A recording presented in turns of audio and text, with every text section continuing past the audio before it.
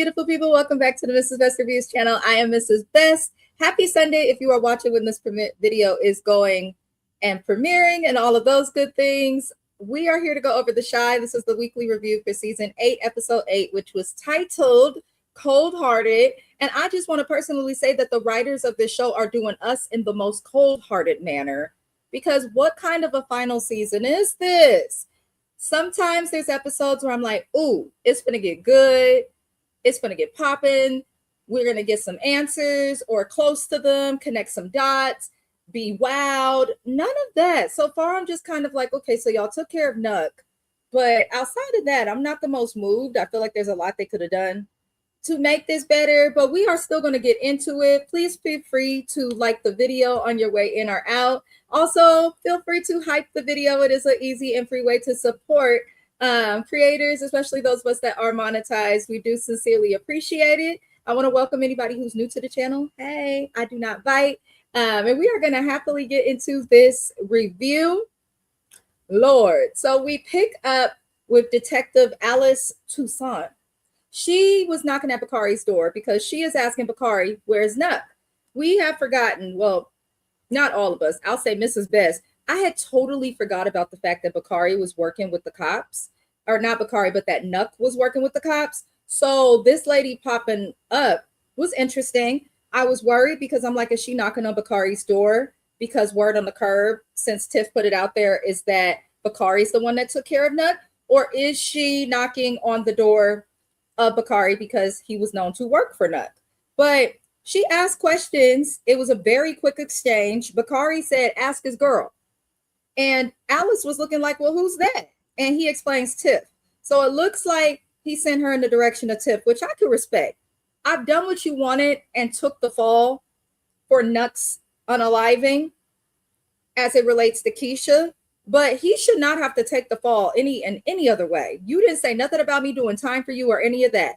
And honestly, Bakari knowing who unalived Rob and not telling Tiff is not the same as his life being put up for risk, whether it be going to jail or somebody doing to Nuck or doing to Bakari what was done to Nuck. So I'm not mad at Bakari for saying anything to Detective Toussaint. I'm not mad at him for that at all. The other thing we see is Emmett is consoling Keisha, and this really wasn't much. Keisha's upset because she knows that Nuck is no longer living, and you know, I can understand why she's upset for the fact that her child doesn't have a father anymore, but her child is young, lives with Emmett full time anyway, and still has a father figure in Emmett. So are we really going to act like the baby was like so in need of Nuck? Like, I feel like that's a little weird to do. I feel like her grief doesn't match it. It's misplaced anger. And then shout out to the Facebook groups and all of the groups out there of the people who actually watch this show and enjoy it. Because the day ones of the show were like, Keisha, why are they making your character into a bird? You know what, baby mama?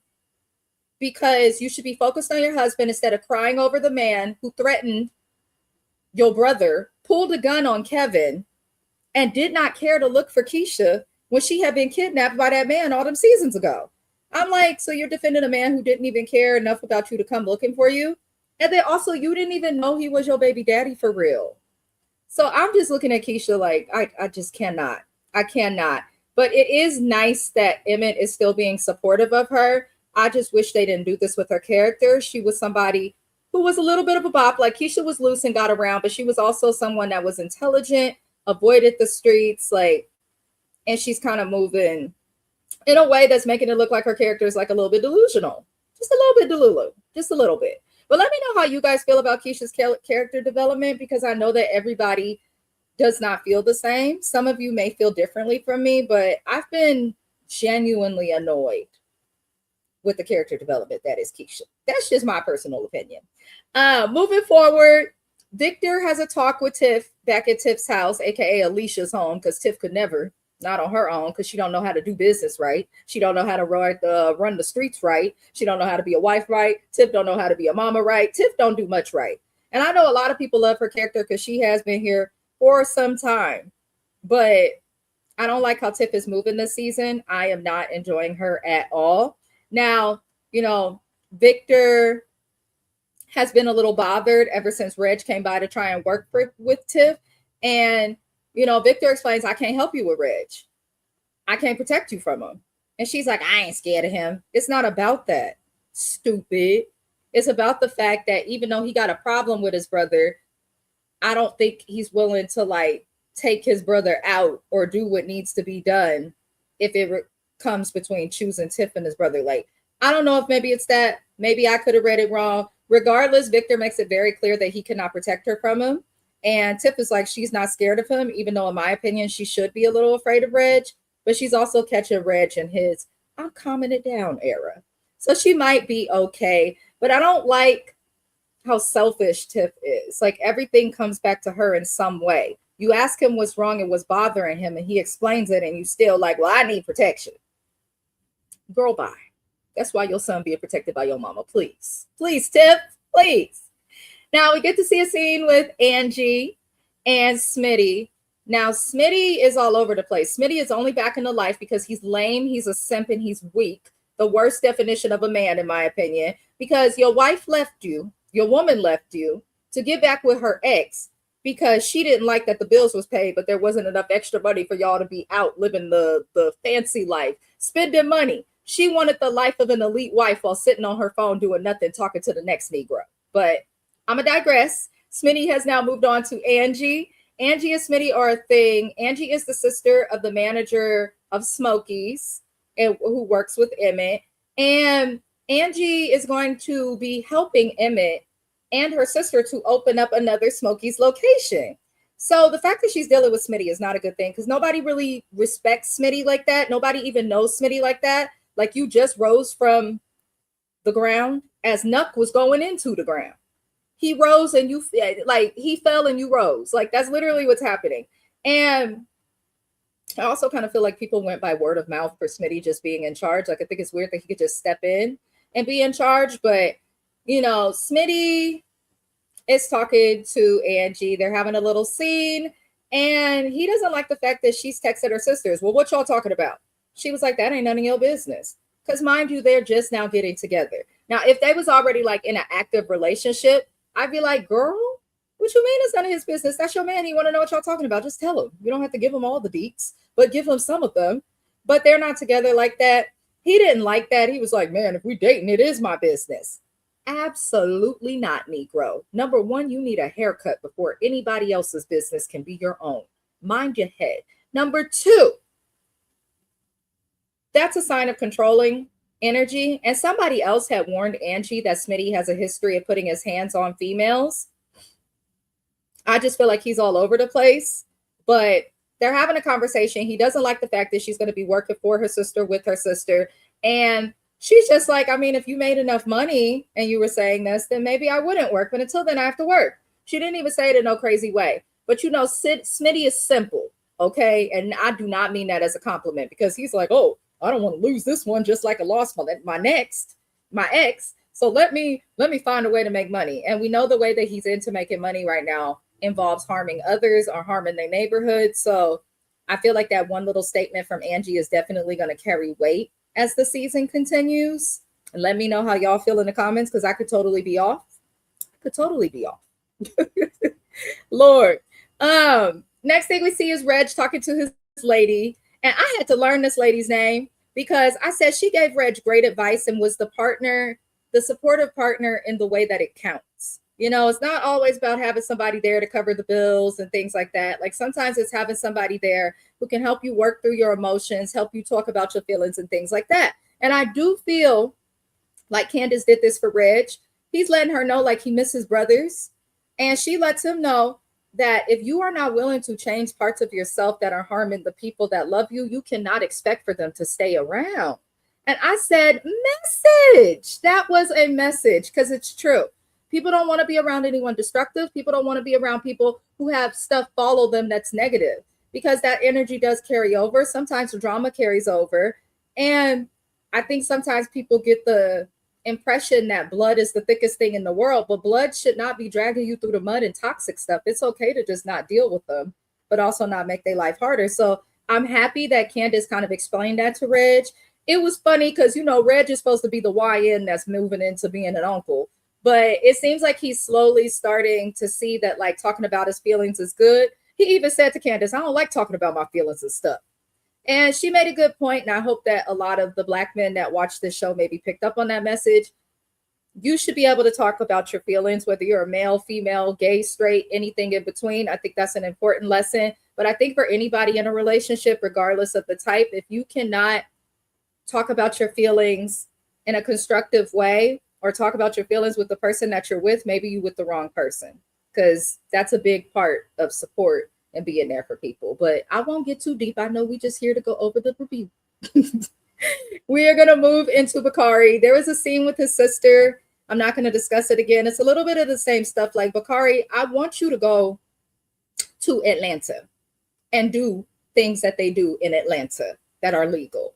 I don't want Bakari to stay in Chicago because obviously Chicago is not a good place for his character. Listen, I get that. I think in every single state, there's a hood. And in every hood, there's people who are dedicated to, oh, I'm in the hood. I'm living that hood life. And they love it. They wear it like a badge of honor. And then there's people like me who see that this is struggle and I need to get my education and try to be different from what everybody else is doing so that I can make it out.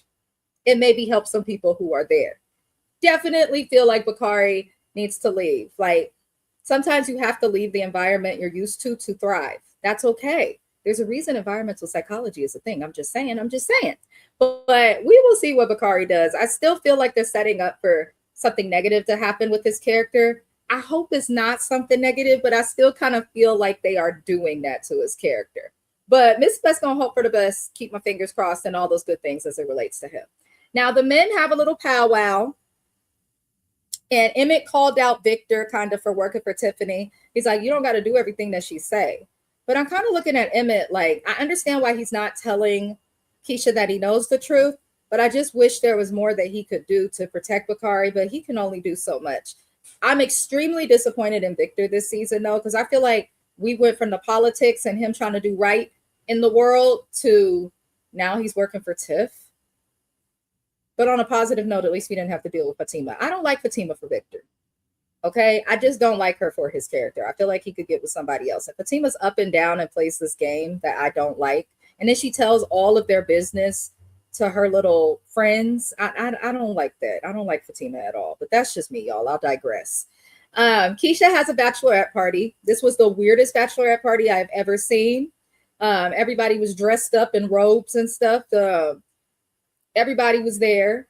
Now, day one, the Shy fans, the masseuse that was there, I believe at some point used to deal with her mama or something. I thought that was a little weird, but everybody got massages and pampering. I know girls like stuff like that, but listen, I'm married for a very long time, and I'm going to just say this. If you throw me a bachelorette party, like if somebody be like, renew your vows, can I do the bachelorette party? Trust and believe. We're not going to the spa. Okay, we might get our toes, rubbed on or something, but we should already have our nails and feet done as we come out there. I want to go see strippers. I want to go to the club. I want to go do hood rat things with my friends. And I would hope that my man is doing hood rat things with his. Okay, you could do hood rat things without cheating. Looked like a little boring bachelorette, but it was what Keisha wanted. Now, things got weird when Angie mentioned Smitty at the table because they were talking a little bit, having a little women's fellowship, as you will, these types of things they love to put on the Shy. And Smitty's ex was there. And she was like, make sure he don't be smacking on you. Don't be letting him hit on you. And I'm kind of looking like, I get it. Sometimes people can change. I don't think Smitty has changed, though. He just went backwards with a new person. I'm hoping he don't do nothing to Angie, but I feel like he might, just because they made that such a pertinent thing for us to pay attention to at that table. Now, while the ladies are having their bachelor party, Tiffany gives a weird speech. It was weird because in the speech, she was like, and me and Emmett could not work because you were the one for him. That's weird. That's weird. I'm happy they made peace. I'm happy they're co-parenting. But I think there's a boundary and a line that keeps getting crossed. And Keisha keeps allowing it. And Tiff is shady because you know what you've done to this woman's baby daddy. You know what you've done to your son's brother because his father is now no longer alive. Yet you sit up here and you give this speech like it's just so good. And then if anybody gets up and gives a speech and it's like, I used to be jealous of you. They still are. They still are. Because why would you even admit that? Why would you even admit that, Tiff? But it was a weird speech. Emmett is also having a bachelor party at this same time with his dad and some of the guys. Now, Emmett's dad, Darnell, done hired off of Instagram a sexy, erotic, or exotic magician. And now I thought the concept was brilliant. But then at the end of it, I guess his watch came up missing. And they said, oh, she must have stole the watch. She's a magician. She could make things disappear. They got excited. This was not that type of magician, gentlemen. What you wanted her to make disappear is not what disappeared. What ended up disappearing was his watch. Okay. And I thought that was the funniest thing because Darnell's like, I just seen her on Instagram. May this be a lesson to everybody watching The Chi. There are so many shady things that are happening on Instagram. Don't trust everything on Instagram, y'all. Okay. Social media just opened the world for the scammers to get us. Now, shout out to the replay gang. I want to take the time to acknowledge those who are watching this video. I do appreciate you if you are still here. And I do hope that you guys consider liking the video on the way in or out. It does actually help the channel. Also, any suggestions you want for more reviews, because we are nearing the end of the season of The Chi. Anything you'd like to see me review, I am open to suggestions. But getting back into it, Emmett gets home from his night. Keisha gets home from her night, and she's ready to climb on top of her man and give him some until she discovers that his watch is not there. Now, it looked like she was looking at the nightstand and his wrist.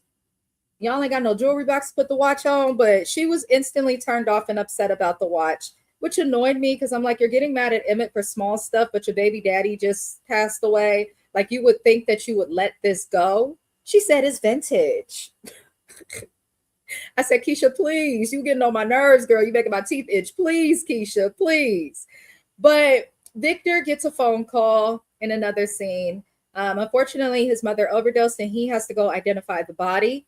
He goes to do this, but he lets Reg know because that's his brother. I see what they did. I did like that they found a way to bring them together. And I knew that the mom was not going to make it, or she was going to pop up and cause problems, because they showed a preview of her at the beginning of the episode. And I'm like, why are they showing this? This was like last season. So I'm like, something has to be concluded with the mom. So it looks like that's a plot. If you watch The Chi from season 1, originally it was Jake living with Reg. And Reg, even though he was part of the 63rd Street mob, he took care of Jake. He got Jake to school. He picked him up. He was trying to be a parental figure. So there is some good to Reg. The mom wasn't around, and Reg actually did not want the mom around them like that. Trig came into it. So their family really was broken from her, but I hope that it brings resolution and helps the brothers to get close. Now, Reg gets the call and is instantly torn up. I think Reg and Victor probably have a deeper bond with the mom because she was more involved in their life. But you could tell that Reg is struggling, and Victor's like, we have to tell Jake. And Reg is saying he can't do it. He don't think he's strong enough. You know, and Victor was actually a big brother. I was like, you have to do that. We have to show up for him. They get to the point where they do tell Jake, and Jake was a little bothered because, you know, he's like, Victor, the last time we saw our mom, you was saying crazy stuff to her. And he actually seemed to kind of be okay and more receptive to what Reg said. But, you know, Jake, you know, Reg was like, our mom would have wanted us to stick by each other. And I was like, look at Reg slowly coming around the corner, easing on down the road. Look at Reg. Now, hopefully Reg can have a happy ending, especially how they did him after the gentleman from season 1, Coogie's brother. His character had to be put off because the actress who was playing this woman claimed she was harassed or something. And then Reg left with them and all of that. So they brought his character back. Now he's here. He's finally doing some type of good. I do hope that Reg and them are able to, even if they can't be close, at least have some type of understanding or some type of respect for each other. But I think we are watching the beginning of Reg's change, and I hope it continues on. I really hope it continues on. I'm all for seeing people become positive, because realistic to the hood, to the streets, no matter where you're from, is there's the people who stay in the shit forever, and then there's the people who make another choice, get out of the life, and, you know, live their life differently going forward. So hopefully that comes from this. Bakari then comes to Reg, and he gives him the money for the pills that he was supposed to be moving for Reg. And Reg says, all right, you done. You good. You could go. And Bakari was confused. He was confused. But Bakari offered condolences to Reg. And Reg told him to keep his head up and to stay safe. You could tell he genuinely appreciated that. I also think Reg might have a soft spot for Bakari because he is a friend to Jake. He has been there for his brother. And I think Reg is in his era where he wants his brothers back. And just like back in the day, Reg didn't really mess with Papa and Kevin too much. Maybe he'll extend that same grace to Bakari because of who he is to Jake. But I was happy to see that Bakari got out of that, but it feels too clean. I'm like, you got out of this, but Nuck's people still think that you could have had something to do with his unaliving, and they know that y'all was not good. So that could be a problem. Nuck's people know that you was working with Reg, who was they ops. That could be a problem. And then Tiff has the streets thinking that Nuck was unalived by Bakari. So Bakari looked free, but I don't think he's truly broken free, as the Kelly Clarkson song goes. Okay, he is not break free at all. Now, we then get to see Detective Toussaint pop up at Tiff's house. This was so quick. This episode ended weirdly. My husband was like, that's it? It's over? The way he was trying to figure it out. Shout out to Mr. Oh So Best. I'm going to always plug my partner. He makes music. I encourage people to listen to it, especially if you want to get some good energy from the Bay Area. Give it a listen. But getting back into the review, Detective Toussaint pulls up to Tiff's house, aka Alicia's house, because we know Tiff could never. And she's like, where's Nuck at? And Tiff's dumbass gonna say, I ain't saying nothing to you without a lawyer present. Girl, this is why they say you have the right to remain silent. Should you not remain silent, anything said can and will be held against you. You should have remained silent, Tiff. You should have remained silent. Or at least played the, I'm concerned, I don't know. To be cold to the cop when you're supposed to be the woman and someone directed them to you about this man, I don't feel like that was smart. Now I feel like Detective Alice is about to be all up in Tiff's ass. And I'm not mad at her for it. I'm not mad at Tiff for killing Nuck, y'all. But I also feel like because of how well connected he is, after that, I was like, ooh, I get it. It's like, you offed my baby daddy. But at the same time, like, you had to think about Keisha, the kids. There was so much she did not think about. So I'm curious where that'd go. The episode ended with Keisha apologizing to Emmett for getting mad about a watch. At this point, Keisha can go with her mama. Where is Nina? I know she's over on that other show that's based in LA. Can we get her back to come snatch up her child and move them with her wherever she's at? Because Keisha need her mama, but I'm glad that she forgave her man who's about to be her husband. I still love Keisha and Emmett together. I just really want Keisha to get smart, prioritize her husband first, because in real life, in real marriage, if we're going to depict it on TV, nothing's perfect, but no matter what's going on, I will always prioritize my husband first. So I want to see Keisha start doing the same thing. That's how you get the ring and keep it. But we shall see. We shall see. There's a lot of secrets still going on in The Chi. Usually The Chi is 10 episodes. It's a season 8, episode 8. I don't know how they're going to fix all that they've done this season in 2 episodes, but I'm hoping they figure it out. I'm not the most impressed with the final season, but I'm still hanging in there and hoping questions get answered. I love y'all so much. Thug Life till it's backwards. Y'all have been watching these reviews. I appreciate it. Leave a comment. Tell me how you felt. Tell me how you liked the episode, how you feel I did. If there's anything you wish I would have covered or mentioned, doesn't have to agree with me. Everyone's opinion is welcome. Love and light to everybody. Also check out my Raising Kanan review. I'm also adding to the review panel in terms of scripted shows. Whenever P-Valley is back, we will be covering P-Valley. There's a show on Stars that 50 Cent is doing called Fightland that I will be covering as well. So tap in. Other than that, love and light to everybody. I hope everybody enjoys the rest of their day. And I will see you guys for the next review. Au revoir.